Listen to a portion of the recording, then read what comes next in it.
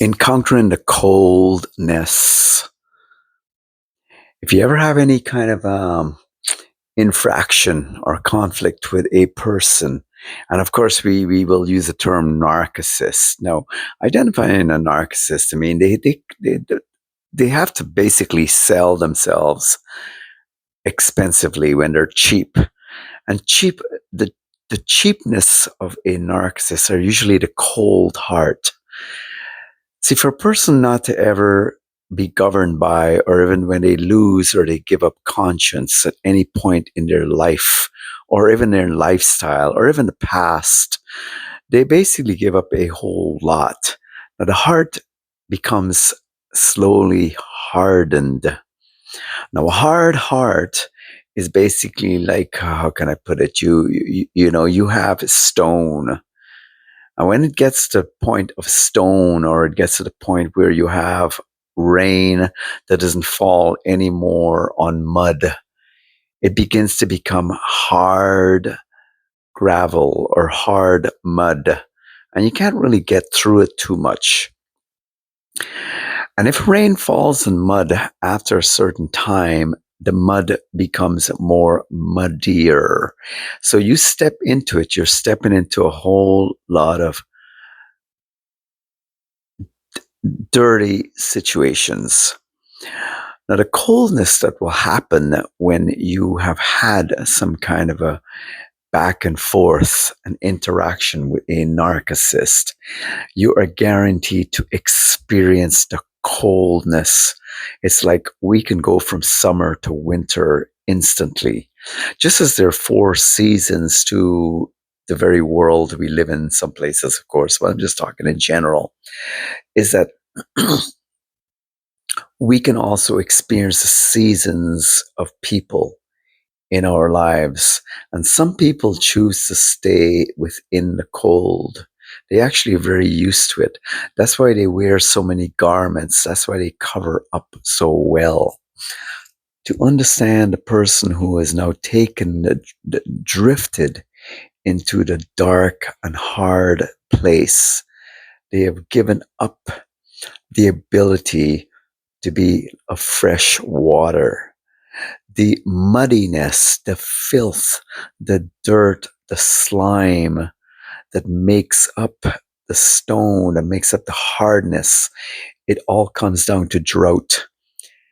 You can never, ever, ever have a successful interaction with anybody who is in a state of drought, famine. They are so lacking when it comes to softness, when it comes to conscience, when it comes to being able to even be reasonable.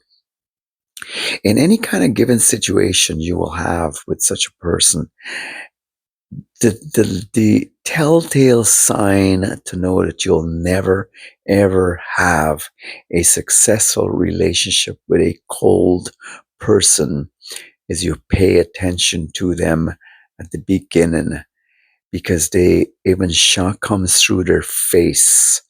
The face shows the hardness, the lines. See, people make decisions along the way in their life, and a lot of times when they're seeking to protect themselves from quote unquote pain they've had, they're really protecting themselves from the pain that they inflicted upon themselves. People find it more easier to cope than they do to simply be honest with themselves. In any given situation, I've met people who basically will give you a story about how they were so hurt by, and they named their spouse, and they named this person or that person. But if you pay close attention, you will see that there's certain underlying excuses that they've made along the way. And just by the way they interact with you, you realize what they have actually incurred upon themselves was a reaction. It's called reactive abuse, is when there's a reaction to their coldness. We live in a social world. It is not just a organic world. We live in a very social world. And people who become cold is because they already are cold. Training comes when they're young. Training comes along the way in the pride of their circle. Training comes of them becoming cold or being cold because they've never been called out or corrected enough.